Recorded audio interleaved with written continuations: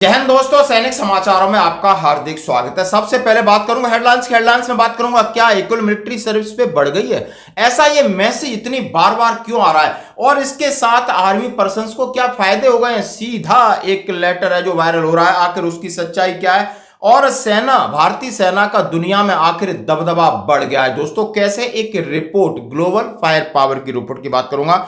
और दोस्तों बजट में वित्त मंत्री ने अपना पिटारा क्या खोला, लोग बाग उनकी वाहवाही कर रहे हैं, लेकिन लोग मीम बना रहे हैं कि क्या दिया, दिखने वाला है या सच में कुछ मिलेगा। और मैं बात करूंगा ईसीएचएस में बड़ा घोटाला, अधिकारी लपेटे में, सीबीआई ने 4 लोगों को किया गिरफ्तार। और दोस्तों ओल्ड पेंशन का असली हकदार कौन, नेता या पैरामिलिट्री फोर्सेस के हमारे भाई। तो दोस्तों खबरें करते हुए साथ सबसे पहले वो एक वायरल मैसेज जिसमें सीधा आपके पास आएगा एक्स नायब सुधार क्लर्क नाम, good news to all, today Delhi high court has direct to the government grant equal MSP अफसर जेशुआर of all 3 service within 8 weeks, congratulation to the team, all ex serviceman will benefited. यानी अफसर की, जेसीयू की, जवानों की, तीनों की एमएसपी 1 कर दिए और वो एमएसपी 10,500 हो गई है। और case win by ex serviceman supreme court. अब ये जो कहा है, अब डेट लिखो 1 दिसंबर 2017, इन्फो टू ऑल जेशुआर, ऑलमोस्ट 70% जेशु विल गेट ऑनरी रैंक, यानी 70% को ऑनरी मिलेगी। Said general Bipin Rawat, government accept proposal, said general Rawat, read full new MSP इतना, एचआरए इतना, ऑल क्लास पे आपकी इतनी, और ये 1 जुलाई 2017 से लागू है। Your pension salary increase by margin of average 6% 1 January 2016 according to order of issue government of India 5 सितंबर।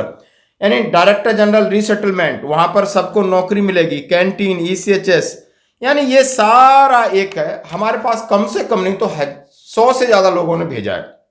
माफी चाहता हूं, ये मैसेज बहुत पुराना 2017-18 में एक वायरल हो रहा था ये मैसेज है, फिर किसी ने इसको चला दिया है।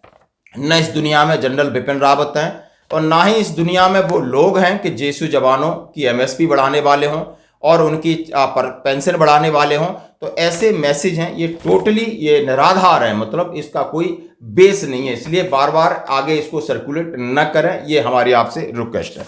अब मैं बात करूंगा सच्ची खबरों की बात मैं करूंगा, जैसे कि हमने आपसे कहा कि भारतीय सेना का क्या है दबदबा, जिसमें कह रहे हैं कि ग्लोबल फायर पावर इंडेक्स 2025, जिसको बोलते हैं GFP index, global fire power index पूरे विश्व में, जिसमें पाकिस्तान 9वें स्थान से खिसक कर 12वें स्थान पर आ गया है और भारत का 4था स्थान पर दबदबा बना है।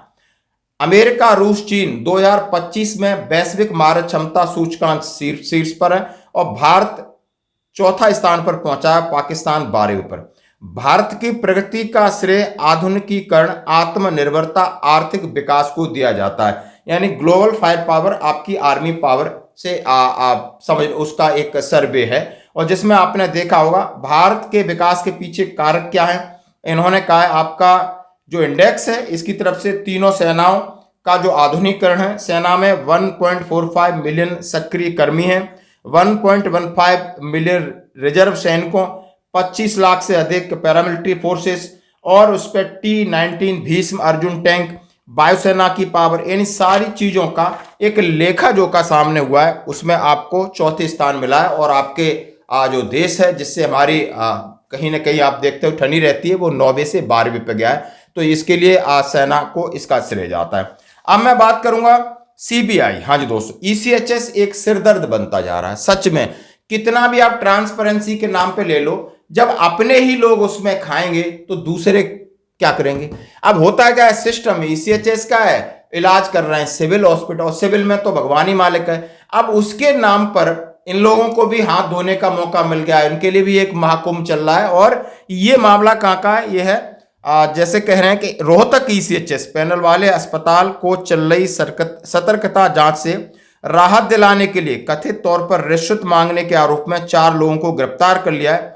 अधिकारियों ने सोमवार को यह जानकारी दी। एजेंसी ने ईसीएचएस पॉलीक्लिनिक के हिसार केंद्रीय क्षेत्रीय केंद्र में काम करने वाले अनुराग शर्मा, ईसीएचएस पॉलीक्लिनिक के वरिष्ठ लेखा अधिकारी श्याम सुंदर को गिरफ्तार किया है। ये आप समझ सकते हो, ये मामला हिसार में था, रोहतक में है, और लगभग 1,40,00,000 रुपए की रिश्वत मांगी थी। रोहतक स्थित निजी तौर पर संचालित प्रगति अस्पताल के खिलाफ जांच पूरी करने के लिए 1.40 करोड़ की रिश्वत, जिसमें अस्पताल को पूर्व सैनिक अंशदायी यानी ईसीएचएस पैनल के मरीजों को मदद मिलती थी, और ये 6-7 महीने तक बीच में बंद रहा था। सीबीआई में शिकायत गई और सीबीआई ने इस तरीके से, और उसमें आप समझ सकते हो रक्षा लेखा विभाग के अधिकारी भी शामिल है। तो ऐसा है ईसीएचएस का हाल, यानी सब खा रहे फालतू की मलाई दोस्तों।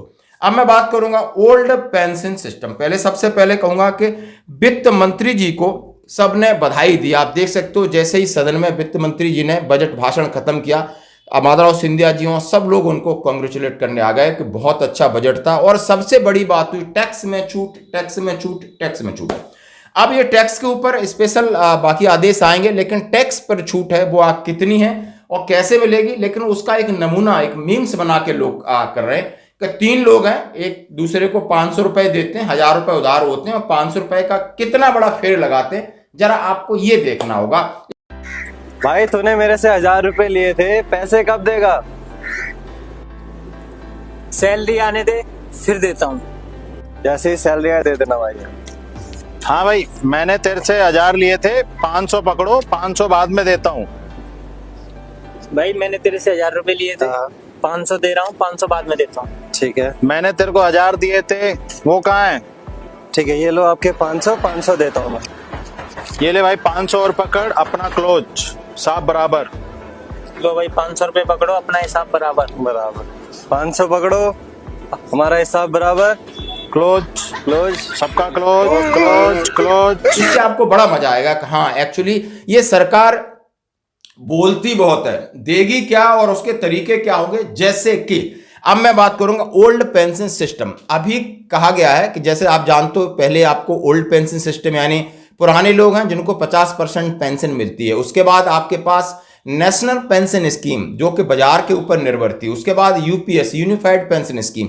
अब ये सारी ठीक है, लेकिन नेता अपने आप को ओपीएस में रखे हुए, उन्हें एक सिक्योर पेंशन चाहिए, सिक्योर पैसा चाहिए, सिक्योर जिंदगी चाहिए, सुरक्षित जिंदगी चाहिए। और भाड़ में जाए पैरामिलिट्री फोर्सेस जो कि दिन रात देश की सेवा कर रहे हैं, चाहे सीआरपीएफ में हो, बीएसएफ में हो, आईटीबीपी में, एसएसबी में हो, और लगातार इसकी मुहिम बढ़ती जा रही। लगातार वो लोग अपना, उन्होंने कहा हम जंतर मंतर पर भी कमर कसेंगे, और उन्होंने कहा हम आंदोलन करेंगे, धरना प्रदर्शन करेंगे, हमें चाहिए 50% पेंशन। मैं HRC additional DG CRPF, chairman x paramilitary welfare association. मेरे प्यारे पैरामिलिट्री साथियों, आज मैं कुन्नम जिला त्रिशूर केरल की धरती से अपने केरल के सारे खिलाड़ियों के साथ एक आपको संदेश देना चाहता हूं कि हमारे जितने भी अर्धसैनिक बल के जवान हैं उनके लिए अब सिर्फ एनपीएस नहीं, यूपीएस नहीं, केवल ओपीएस, केवल ओल्ड पेंशन स्कीम हमारे जवानों के लिए है। उसके लिए हम 6 अप्रैल 2025 को जंतर मंतर पे एक धरना प्रदर्शन कर रहे हैं, जिससे हमारे सभी जवानों को पुरानी पेंशन स्कीम बहाली हो और उनको वो सारी सुविधा मिले जो एक जवान को मिलनी चाहिए। यदि नेता पेंशन 50% ले सकते हैं, क्या पैरामिलिट्री फोर्स के जवान पेंशन नहीं बनती 50%? उनकी सिक्योर पेंशन नहीं होनी चाहिए? आपकी क्या राय, आपको क्या राय देनी? और कुछ लोग अब सिविल में भी बहुत बड़े पत्रकार हैं, वो सामने आकर के छेद के कह रहा है कि जब तक ये नेता इस तरह की मलाई खाते रहेंगे देश में भ्रष्टाचार बढ़ता रहेगा, क्योंकि गलत मैसेज जाता है। अगर आपके पास मोटरसाइकिल है तो राशन कार्ड के अधिकारी आप नहीं है, ऐसा ही योगी जी और मोदी जी आपका मानना है। अगर किसी पे मोटरसाइकिल है उसे कम रेटों में या फ्री में राशन नहीं मिलेगा, तो जो नेता फॉर्च्यूनर में घूमते हैं, ऑडी में घूमते हैं, बीएमडब्ल्यू में घूमते हैं, क्या वो भिखारी है जो उन्हें पेंशन मिलना चाहिए, कैंटीन में फ्री का खाना चाहिए, एयरपोर्ट में एरोप्लेन का टिकट चाहिए, फर्स्ट एसी का टिकट चाहिए, 10,000 रुपए लाइन का फ्री चाहिए, घर चाहिए? ये भिखारी है क्या? जिन लोगों पे मोटरसाइकिल उन्हें आप राशन नहीं दे सकते, तो फॉर्च्यूनर और बीएमडब्ल्यू में घूमने वाले नेताओं को इतनी सुविधाएं क्यों? ये नाइंसाफी है, इसे बदलना पड़ेगा।